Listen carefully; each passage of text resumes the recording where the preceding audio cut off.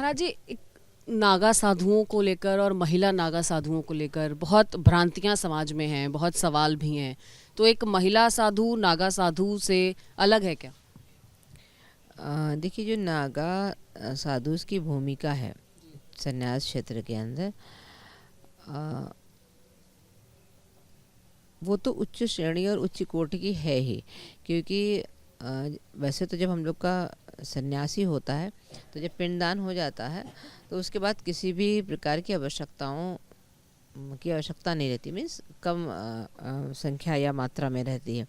परंतु जब हम पुरुष हमारे जब नागा बन जाते हैं तो यहाँ तक कि मतलब सबसे ज़्यादा जो आवश्यकता होती है तन पे वस्त्रों की होती है, वो भी वो छोड़ देते हैं। यानी कि वो बगैर वस्त्रों के भी रह सकते हैं, धुनी पे रहते हैं, बगैर खाए भी रह सकते हैं। तो जो एक साधना की परम स्थिति है वो हमारे नागा साधुओं की होती है। हाँ, संन्यास तो उस स्थिति तक महिला और पुरुषों की सेम होती है, दीक्षा सेम होती है, पंच संस्कार सेम होगा, आचार्य सेम होंगे, अखाड़ा अलग अलग हो सकते हैं, परंतु नागा हमारी महिलाएं नहीं बनती हैं।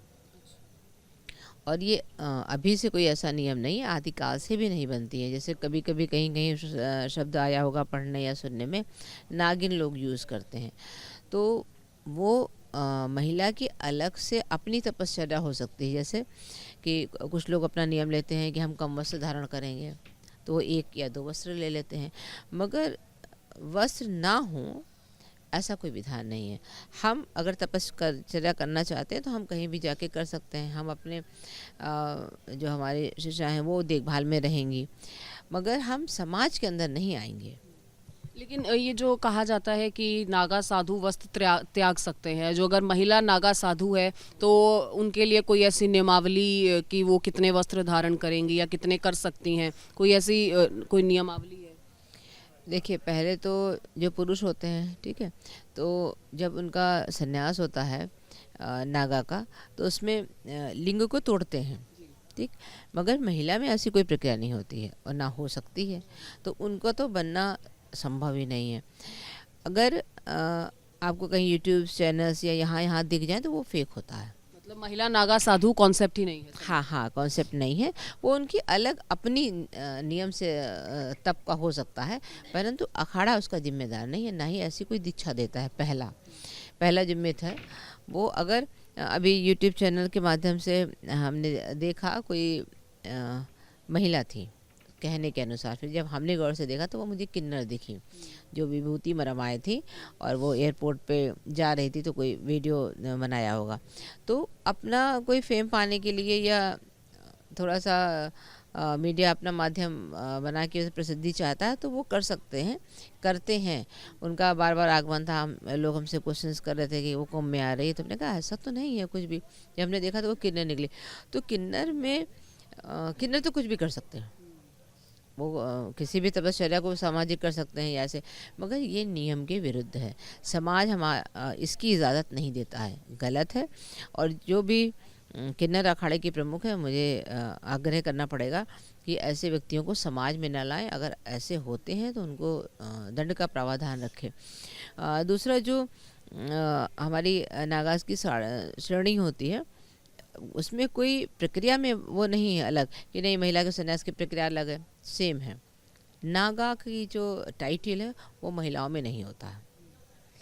आप कब से हैं? आपने कब संन्यास लिया? मेरे को 14 साल हो गई। मैं जिला फिरोजाबाद से हूँ। कैसा जीवन जा रहा है अब? खूब अच्छा जीवन जा रहा है। 2 बेटे हैं, 2 बेटियाँ हैं, खूब वो भी अच्छी तरह हैं, कर रहे हैं, खा रहे हैं। और मैं भी अपनी पत्नी दोनों ही हैं, चले आए हैं। हाँ, बनने आए हैं अब। अच्छा, आप दीक्षा लेंगी? हाँ, दीक्षा लेंगे उमागिरी से। तो ये आपको प्रेरणा कहाँ से मिली? ये हमें मलापुर गांव था, वहाँ नाथ बाबा का वो था, वहाँ हम जाते रहते थे। तो हमने दुनिया छोड़ दी, तो वहीं से हमने जाना आना सीख लिया। फिर हम सहसपुर वाले स्वामी जी थे, शिवानंद जी, वहाँ गए थे, तो वहाँ हमने गुरु दीक्षा ली थी। फिर अपना मंदिर बनवाया था, और फिर हम भ्रमण होते ही रहे। फिर कम्बल वाले बाबा हमारे अकबरपुर के थे, हमारे पियर की तरफ, तो वहाँ जाते रहते थे। तो कैंची धाम तक घूमे आए, तो माँ अपने विमरण ही रहते थे। बच्चे कहते थे क्यों जाती हो, बंदर बनवा दिया है। हमने कि अब तो हमारा दिल लग गया दूसरे परिवार में, आपका दिल नहीं, वो दिल नहीं लगता है तुम्हारे पास, तो हम चले आए दोनों पति पत्नी। अच्छा, तो अब आपके पति भी संन्यास ले चुके हैं या लेंगे? वो भी वो सहसपुर वाले स्वामी जी के भक्त है। अच्छा, हाँ, तो फिर परिवार तो छोड़ना पड़ेगा उसके। हाँ तो छोड़ के ही तो आए हैं, बच्चे नहीं छोड़ने देते, पर छोड़े आए हम, छोड़े आए। बच्चों का प्यार बुलाता नहीं है? बुलाता है पर जाते नहीं है। अच्छा, हाँ, बच्चा अभी कह रहा था, अब 8-9 महीने से गए नहीं है, अच्छा। रुक रहे हैं गाजियाबाद। हाँ, जाते नहीं है। महाराज जी, ये क्या प्रक्रिया रहती है कि आपका संसार से मोह भंग हो जाता है? जबकि अगर मोह की बात की जाए, स्नेह की बात की जाए, तो कहा जाता है कि स्त्री में ये गुण जो हैं वो सबसे ऊपर होते हैं। देखिए, मुझे नहीं लगता है कि इस जन्म में 30, 40, 45 या 50 में हमारे कृत्य इतने अच्छे होते होंगे कि हमको किसी प्रकार का संन्यास का भाव आता होगा, और ना ही हमारी स्कूलिंग इस ओर होती है। तो इस जन्म का तो नहीं है, जब पिछले कई जन्मों में हमारा कुछ संस्कार छूट जाता है। हम पहले बहुत धार्मिक हो सकता है पिछले जन्म में रहे हों, या हमारे कृत्य बहुत संस्कारी रहे हों, और किन्हीं कारणों से वो चीज़ हमारी पूर्ण नहीं हो पाई हो, तब हम जब इस जन्म में जन्म लेते हैं तो मेरा मन करता है कि हम ईश्वर की भक्ति में जाएं, हम उनके धार्मिक कार्यों को करें। तब चूँकि आपको याद तो है नहीं कि हम पीछे कहाँ पे ब्रेक करे थे, तो ये हो सकता है। और आपके माँ बाप के पुण्य भी इसमें बहुत सहयोगी होते हैं। उनका कैसा पुण्य कार्य है, किस तरह वो अपने जीवन को जिए हैं, आपको वो क्या दे पाए हैं, वो बहुत कुछ मायने रखता है। तब जाके कहीं आपके मन में आएगा कि हम इस मार्ग पे चलें या संन्यास लें। समाज में एक ऐसा भी तबका है जो कहता है कि पति परमेश्वर है। एक ऐसे भी कई कथा करने वाले हैं जो बहुत ऊटपटांग बयान भी देते हैं। तो उसमें आपको लगता है कि उनको कुछ ना कुछ जवाब देना चाहिए जो महिलाओं को कमतर आंकते हैं? देखिए, गृहस्थियों के लिए तो पति परमेश्वर है, और पति के होते अगर पति का अपमान करें तो भी गलत है। या तो पति को वो छोड़ दें तो सन्यास के मार्ग में आए, और नहीं तो पति के रहते पति ही परमेश्वर है। महिला का समाज में क्या एक औधा है? क्योंकि हमने तो देखा है कि शिव जी की भी ऐसी तस्वीरें जहां वो माँ पार्वती के चरण वंदन कर रहे हैं, श्री कृष्ण की भी ऐसी तस्वीरें जहां वो राधा रानी के चरण वंदन कर रहे हैं।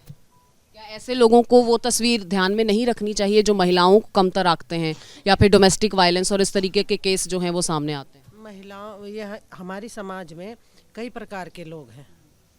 पहले आदि अनादि काल में 2 वर्ण के व्यक्ति पहले भी थे और आज भी हैं, देव वर्ण और राक्षस वर्ण। पहले के जो राक्षस थे उनके सिर पर सींग या कुछ ऐसी वो थी जो समझ में आ जाते थे और युगों में। आज के युग में बिल्कुल सेम है, तो ये पता नहीं चलता कि ये किस वर्ण के हैं। उनके सिर्फ आचरण से ही ऐसे अनुभूति आप कर सकते हो कि वो किस वर्ण के हैं। ऐसे लोगों को वो तस्वीर ध्यान में नहीं रखनी चाहिए। अब वो तो उनकी मानसिकता है, वो रखेंगे नहीं रखेंगे, उसमें आप या हम अपनी मानसिकता तो नहीं शामिल कर सकते ना। एक महिला जिसको समाज की जननी, सृष्टि की जननी कहा भी जाता है, वो है भी। ऐसे लोगों के लिए आप क्या संदेश देंगी जो महिलाओं को कमतर आंकते? मुझे लगता है इस भारत भूमि को, चूँकि अगर पुरुषों का बस चलता तो भारत पिता कहते हैं, परंतु ऐसा नहीं था। हमारे वैदिक काल के जो ऋषि परंपरा थी बहुत समृद्ध थी, हमारे पुरुषों के भी विचार बहुत समृद्ध थे। तो उनके कृत्यों के कारण आज भी महिला पूजनीय है। उनके जो सत्कर्म थे, जो पुण्य कर्म थे, उनकी वजह से आज भी हम अपने बच्चियों को या बहनों को आज भी हम नवरात्र में पूजते हैं। और ये परंपरा सिर्फ भारत की हो सकती है, हमारी भारतीय परंपरा में ही नारी पूजनीय है, अन्य की परंपराओं में नहीं है।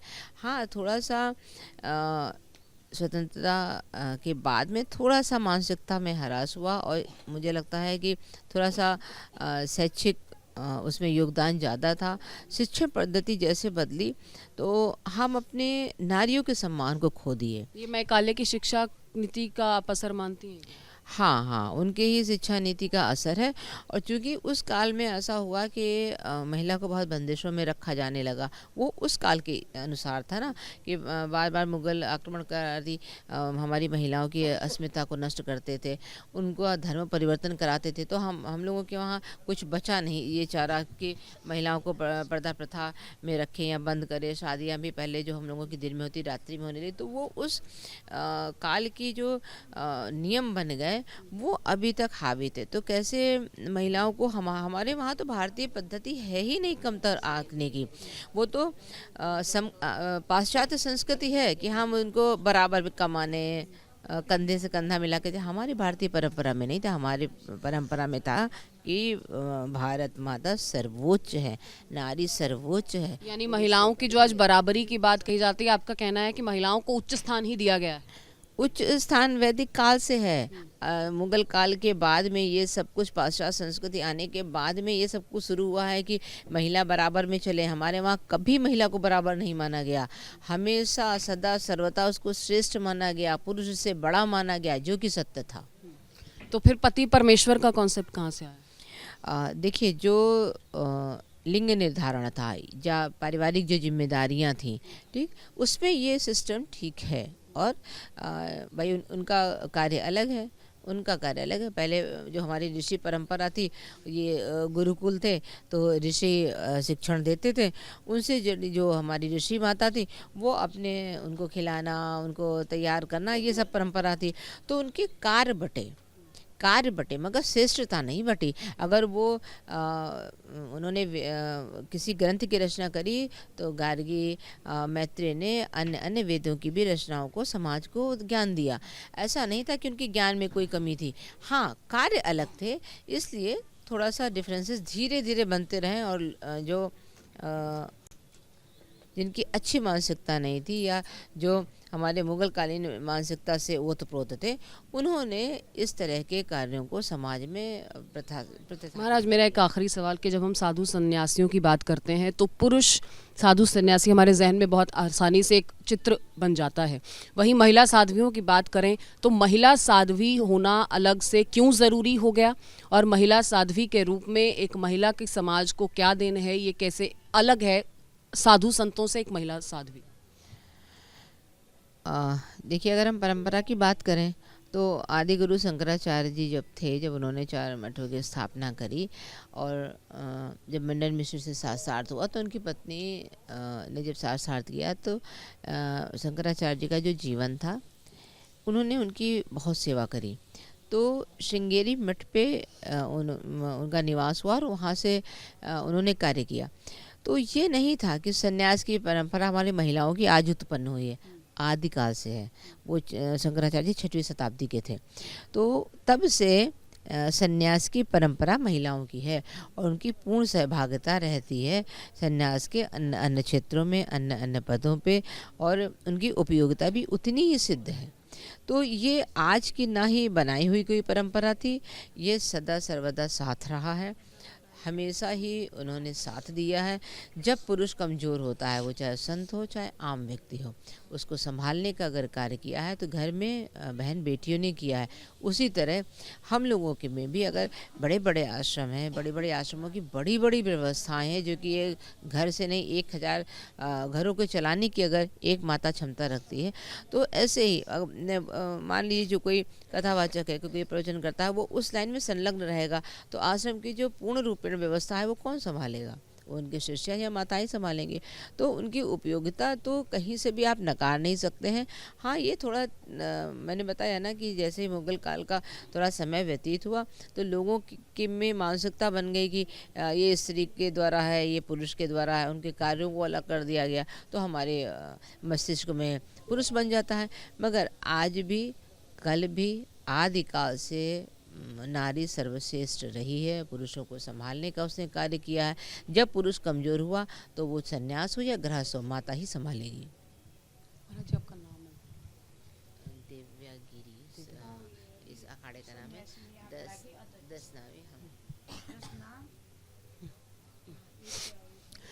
तो हमने बात की सन्यासिनी श्री पंचदशनाम जुना अखाड़ा की जो अध्यक्ष हैं महाराज दिव्या गिरी जी, और उनके तमाम जो शिष्य भी हैं और अन्य जो माताएं हैं यहाँ पर, उनसे भी बातचीत की। और महिला साधुओं को लेकर कई मिथ थे जो कि नागा साधुओं से जुड़े हुए थे, उस पर भी हमने बात की। और किस तरीके से एक महिला साध्वी का जीवन रहता है, वो किस तरीके से संन्यास की दीक्षा लेती हैं, किस तरीके से संसार और समाज में उनका एक दायित्व, अहम भूमिका रहती है, उस पर भी बातचीत की। और महिला साधुओं को लेकर कई ऐसे सवाल थे जो अब तक समाज के सामने ना तो उनके जवाब रखे गए थे, ना उन चीज़ों, उस कॉन्सेप्ट को ही क्लियर किया गया था। लेकिन आज बात करके कई ऐसे सवालों के जवाब हमने तलाशने की कोशिश की है। वीडियो जर्नलिस्ट राकेश के साथ Amrita Garg, news nation, Prayagraj. News nation अब व्हाट्सएप पर खबरों की ताज़ा अपडेट के लिए न्यूज़ नेशन के इस QR कोड को स्कैन करें।